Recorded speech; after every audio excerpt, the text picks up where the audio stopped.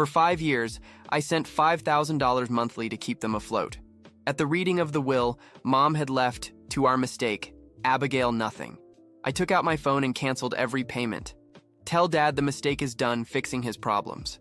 I never expected to be sitting in this dark lawyer's office staring at words that somehow hurt more than all the years of subtle cruelty combined. The paper trembled slightly in my hands as I read the line, "To our mistake, Abigail nothing." 5 simple words confirming what I had always suspected but never wanted to believe. The irony wasn't lost on me. For the past 5 years, I've been sending $5,000 every month to keep my family afloat. That's $300,000 of my hard-earned money poured into a bottomless pit of ingratitude. And now, sitting in this leather chair that probably cost more than my first car, I was officially nothing. "Miss Miller," Mr. Harrison, the family lawyer, cleared his throat. "Would you like to take a moment?" I looked up, meeting his cautious gaze. He was trying to be professional, but I could see the discomfort in his eyes. He had known my family for years. He had watched this drama unfold from the sidelines. Now he was forced to be the messenger of my mother's final act of rejection. "No," I said, my voice firmer than I felt. "Please continue." He shuffled his papers, clearly relieved to move on as he droned on about the distribution of assets between my father and my sister Megan. I let my mind wander to where this all began. 5 years ago, I was just starting to find my way in life. At 25, I had launched my own financial consulting firm. It wasn't much, just me, a laptop, and a small office above a Chinese restaurant in downtown Seattle. The smell of Kung Pao chicken wafted up through the floor every day around noon. But the rent was cheap, and I was determined to make it work. Then came the call that changed everything. "Abigail?" My mother's voice had sounded unusually fragile that night.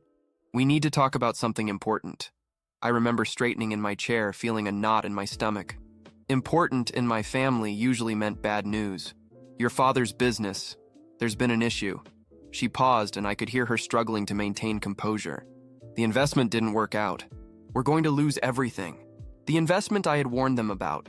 That Dad's company had invested most of its capital in a risky venture, despite my advice against it. I had spent years studying finance. I had even worked at a top investment firm before starting my own business. But what did I know? I was just the daughter who disappointed them by not following the traditional path they'd laid out for me. "How bad is it?" I asked, already dreading the answer. "We can't make the mortgage payment this month." Her voice broke. "The credit cards are maxed out.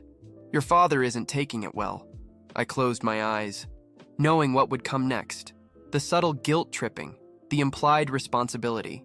I had seen this pattern my entire life, just never at this scale. "Abigail, I hate to have to ask, but how much do you need?" The figure she mentioned made my heart sink. $5,000. That was almost everything I had in my business account. Money I had been saving to expand my company, to finally move out of that cramped office with its perpetual smell of Chinese food. But they were family, and in our family, that word carried weight.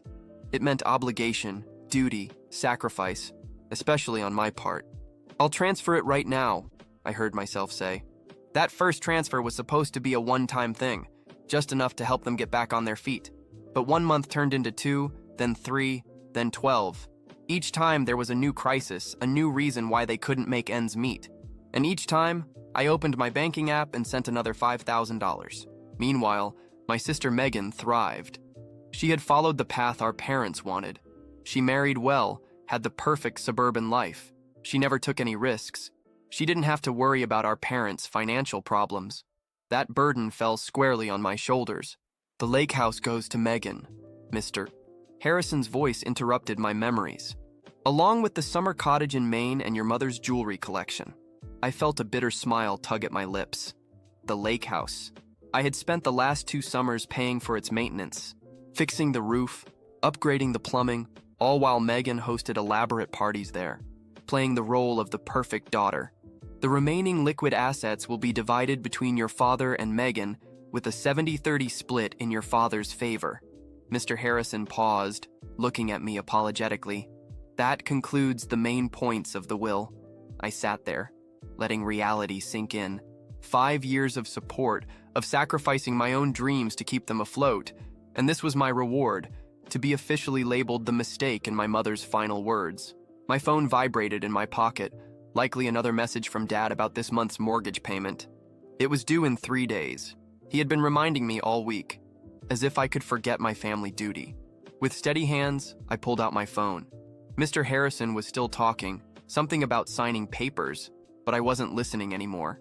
I opened my banking app, navigated to the recurring payment section, and found the one labeled Family Support. One tap. That's all it would take to end 5 years of financial bleeding.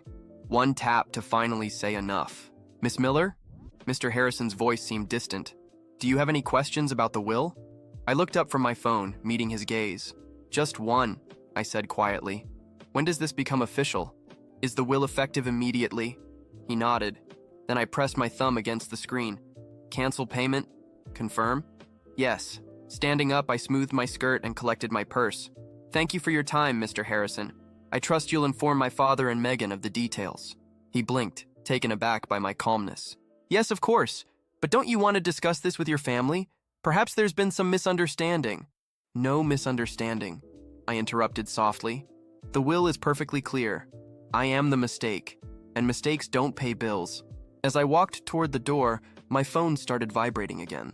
Dad's name appeared on the screen, probably wondering why I wasn't responding to his messages about the mortgage. For the first time in 5 years, I hit decline. Outside, Seattle's perpetual rain had ceased, leaving the air fresh and clean. I took a deep breath, feeling lighter than I had in years. My mother's final words had hurt, yes, but they had also freed me. No more pretending, no more obligation, no more draining my resources to fuel their lifestyle. I had built something from nothing once before, starting with just a laptop and a dream in a small office above a Chinese restaurant. I could do it again, but this time without the weight of family expectations holding me back. My phone vibrated once more. A message from Megan. Where are you? Dad's trying to contact you about the mortgage. I typed a response, then paused, considering my words carefully. Finally, I wrote, Tell Dad the mistake is done fixing his problems. It's time for you to figure it out yourselves. Then I blocked their numbers, tucked the phone back into my pocket, and walked to my car. It was time to start writing my own story, one where I wasn't the mistake, but the masterpiece. But this was just the beginning. What I didn't know then was that my family's reaction to being cut off would trigger a chain of events that would change everything. Their desperate attempts to regain control, their manipulation tactics, and finally, their shocking discovery about who I had become while they were busy belittling me. All of that was yet to come. For now, though, I simply drove home, watching Seattle's skyline grow in my windshield. Tomorrow would bring new challenges, but for the first time in years, I was ready to face them on my own terms. The office above the Chinese restaurant was long gone, replaced by a sleek space in a downtown high-rise. But sometimes, when I needed a reminder of how far I'd come, I would order Kung Pao chicken and smile, remembering the girl who started with nothing but determination. That girl wasn't a mistake. She was a force of nature. And now, finally, she was free. The first sign that my family had discovered the canceled payments came 3 days later. I was in my office reviewing a potential acquisition deal when my assistant Oliver alerted me over the intercom. Miss Miller, your father is in the lobby. He's being quite insistent about seeing you. I looked at my computer screen. Exactly 72 hours since the mortgage payment was due. Right on schedule. How insistent? I asked, already knowing the answer. He's threatening to call security if they don't let him up. Should I? No, I interrupted, saving my work. I'll handle this. Send him to conference room P and make sure the recording is activated. 5 years of managing my family's finances had taught me one thing. Always keep records. Something told me I'd need them soon. The conference room was all glass and chrome, with views of Seattle's skyline that typically impressed clients. My father was standing by the window. His reflection showed a face I barely recognized.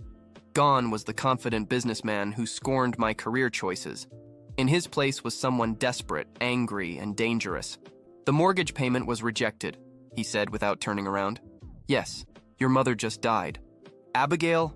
He finally faced me, playing the guilt card he'd played so many times before. Is this how you want to honor her memory? I sat down at the conference table, indicating he should do the same. He remained standing. Mom made her feelings clear in the will, I said calmly. To quote exactly, to our mistake, Abigail, nothing. That was just... He made a dismissive gesture with his hand. Your mother was upset about some things. You know how she got. But this isn't about that. This is about family. Family? I repeated the word slowly. Like you and Megan getting everything while I'm labeled as a mistake? His face darkened. You're being childish. We need that money. The mortgage is no longer my problem. I stood up, matching his posture. I've sent you $300,000 over the past 5 years, money that could have grown my business, bought my own home, built my future. Instead, it went into a black hole of ingratitude. Ingratitude. His voice rose sharply. We gave you everything. An education, opportunities, that I paid for myself, I interrupted. Full scholarship for college. I worked 3 jobs to cover expenses. The only thing you gave me was the constant reminder that I wasn't good enough. He slammed his hand on the table. The sound echoed in the room, but I didn't flinch. You ungrateful little... He visibly restrained himself, trying to regain control. Fine. How much? Excuse me? How much to fix this? You want a piece of the inheritance? Name your price. I laughed, and the sound seemed to surprise him more than anger would have. You still don't get it, do you? This isn't about money. It's about respect, about acknowledgement. Things you and Mom never thought I deserved. What do you want then? His voice had turned calculating. I recognized that tone. It was the same one he used in business negotiations. Nothing, I said. I simply want nothing from you. Not money, not relationship, not family obligations.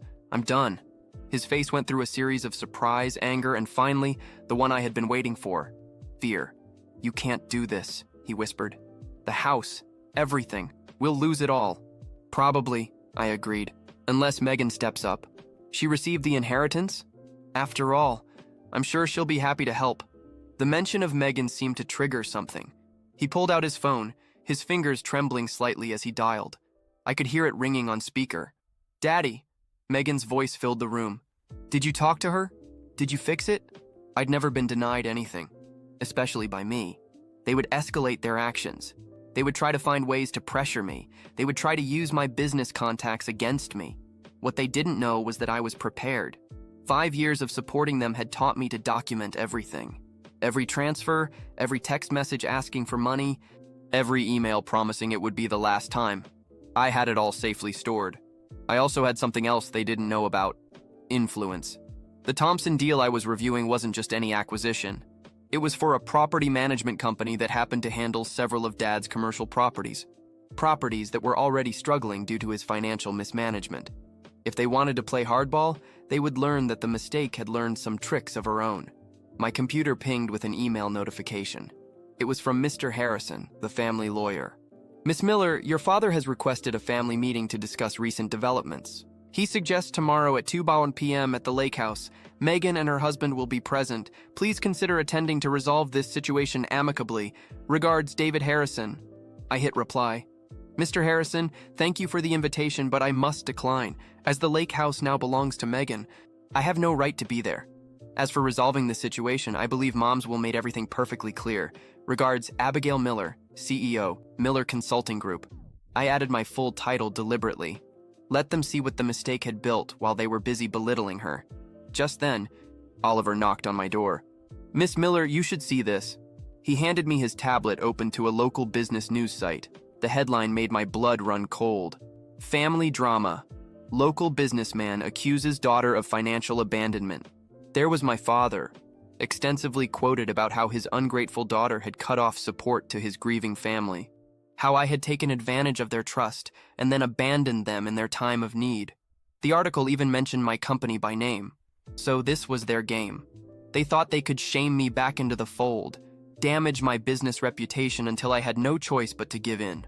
What they didn't understand was that shame only works if you accept it. And I was done accepting their version of reality. I handed the tablet back to Oliver. Call PR. It's time to tell our side of the story. The next few days would change everything. My family thought they could pressure me into submission, but they were about to learn that the daughter they had scorned for so long had become someone they couldn't afford to antagonize. Their attempts to damage my reputation would backfire spectacularly, leading to revelations that would shake the foundations of our family. But that was tomorrow's battle. For now, I had work to do, starting with a call to the Thompson Group about accelerating our acquisition timeline. The PR war my father initiated backfired spectacularly within 48 hours. While I hadn't planned to make our family drama public, since he opened that door, I walked right through it. My company's PR team issued a simple statement, a detailed record of every payment I had made to my family over the past 5 years, along with a copy of the relevant section of my mother's will. No emotional commentary, no accusations, just cold, hard facts, with a single question at the end. Who really abandoned whom? The public response was immediate and overwhelming. Local business forums exploded with discussions. The same news outlet that had published my father's accusations now ran a follow-up piece. Financial family abuse, the dark side of filial obligation. But I wasn't finished yet. The Thompson acquisition papers are ready, announced Oliver, placing a thick folder on my desk. They're offering a 15% discount if we close before the end of the month. I smiled, opening the folder. Thompson Properties managed 60% of my father's commercial real estate. Once this deal closed, I would effectively become his landlord. Schedule the signing for next week, I said. Then I paused. And Oliver, make sure my father receives an invitation. He should know who his new property manager will be. The next few days passed in a whirlwind of activity. My family tried everything to regain control. Megan showed up at my office twice, only to be turned away by security. My father tried to contact my major clients, but my reputation for integrity spoke louder than his desperate accusations. Then came the message that changed everything. It was from my father's business partner, Michael. Abigail, you need to see this. Your father is trying to sell the business. Attached was a photo of a contract. My father was planning to sell his remaining business assets for a fraction of their value to a holding company I'd never heard of. It seemed desperate, until I looked closer and recognized Megan's husband Brian's signature on the incorporation papers. They were trying to hide assets. I sent the evidence to my lawyers, then made a call to the one person who could help me understand what was really going on. An hour later, I sat across from Michael in a quiet cafe 3 blocks from my office. He looked tired, older than his 50 years. It's worse than we thought, he said, sliding a USB drive across the table. Your father has been moving money for years. The investment that supposedly failed, it didn't. He diverted the proceeds to offshore accounts, then declared bankruptcy to avoid paying the investors. I felt the blood drain from my face. That's fraud, Michael nodded grimly. The SEC has been sniffing around. Your father knew it was only a matter of time before they found something. That's why he needed your money, to cover the holes in the books. And now that you've cut him off, he's desperate. The sale to Megan's shell company is his last attempt to hide whatever's left before it all crashes down. I stared at the USB drive, feeling the weight of its contents. Why are you showing me this? Michael's eyes met mine. Because I was there when you were born. I watched you grow up. I saw how they belittled every achievement, every success. You deserved better. I tucked the drive into my purse, my mind already racing with possibilities. Thank you, Michael. What are you going to do? I stood up, leaving enough cash on the table to cover our coffees. I'm going to make sure they can't hurt anyone else. Back in my office, I reviewed the documents Michael had provided. The evidence was damning. Years of systematic fraud, all carefully documented. My father hadn't just been stealing from investors. He had been stealing from his own company, from his employees' pension fund, even from his partners. I made 2 calls. One to the SEC, arranging a meeting for the following morning. The second to Mr. Harrison. Miss Miller, he answered on the first ring. Ichuisai. I was just about to call you. Let me guess. Another family meeting? Yes. Tomorrow at 2 p.m. Your father insists it's urgent. I checked my calendar, already knowing I was free. The lake house again? Actually, no. Your father's office. He says it's about the future of the family business. Perfect. Tell him I'll be there. The next morning, I met with the SEC investigators, handing over everything Michael had provided. They were particularly interested in the attempted asset transfer to Megan's shell company. At 2 p.m. sharp, I walked into my father's office building for what I knew would be the last time. The receptionist directed me to the main conference room, where I found my father, Megan, her husband, Brian, and Mr. Harrison already waiting. Abigail. My father stood, attempting a smile. Thank you for coming. We have a proposal that might benefit everyone. I took a seat, noting the thick contract in front of Megan. I'm listening. We're restructuring the family business, he began. Megan and Brian have created a new holding company. We want to transfer all the assets to this new entity, and you would receive a 15% stake in exchange. We need you to resume the monthly payments and publicly retract your recent statements. I took the contract, pretending to read it carefully. And if I refuse, then you get nothing. Megan leaned forward. No stake in the company, no part in future earnings. You'll be completely cut out of the family fortune. What family fortune? I asked quietly. The one Dad hid in offshore accounts or the one he stole from his investors? The room fell into dead silence. My father's face turned ashen. What are you talking about? Demanded Megan, but I could see the fear creeping into her eyes. The SEC is very interested in that question, I said, standing up. In fact, they should be arriving any moment. I had a fascinating meeting with them this morning. The sound of elevator doors opening echoed down the hallway, followed by multiple footsteps. You didn't, my father whispered. Actually, I did. But don't worry, I made sure they had everything. The offshore accounts, the fraudulent bankruptcy, even this latest attempt to hide assets through Megan's company. Consider it my final gift to the family. The door to the conference room opened. 3 SEC agents walked in, followed by 2 police officers. Robert Miller, an agent stepped forward. We have a warrant for your arrest. What happened next seemed to unfold in slow motion. My father trying to delete something on his phone before an agent snatched it away. Megan screaming that I had no right, that I was destroying the family. Her husband Brian attempting to flee before being detained at the elevator. Mr. Harrison just sat there, slowly shaking his head. I should have known, he muttered. All those years of meticulous record-keeping. I watched as my father was led away in handcuffs. Megan and Brian following shortly after as material witnesses. The family empire built on lies and manipulation crumbled in less than an hour. Outside, reporters had already gathered. Someone must have tipped them off. As I walked to my car, I heard my father's voice one last time. Abigail, you can't do this. We're family. I turned, meeting his eyes. No, Dad. I'm just the mistake, remember? And this mistake just corrected a lot of wrongs. 3 months later, I was sitting in my office reviewing the final report from the SEC investigation. My father had been sentenced to 15 years for fraud and embezzlement. Megan and Brian received lighter sentences for their roles in the attempted asset concealment. The lake house and other properties were seized and sold to pay back investors. Oliver knocked on my door. Miss Miller, the Thompson deal is complete. You now officially own the management rights to all the former Miller Properties buildings. I nodded, closing the SEC file. Schedule a meeting with the tenants. I want to discuss modernization plans and potential rent adjustments. He hesitated. Also, there's a letter from your father. I held out my hand, taking the envelope with the prison seal. Inside was a single page. Abigail, I now understand what you meant about respect, about acknowledgement. I'm sorry it took losing everything to see what we had in you. Dad, I folded the letter carefully and placed it in my desk drawer. Perhaps someday I would respond, but not today.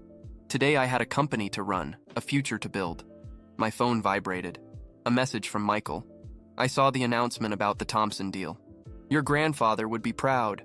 I smiled, remembering the one family member who had ever believed in me. He had called me his $1 million mistake once, joking with my parents about their short-sightedness. Looking at Seattle's skyline from my office window, I realized he was wrong. I wasn't a $1 million mistake. I was a $1 billion success story, and I had done it my way.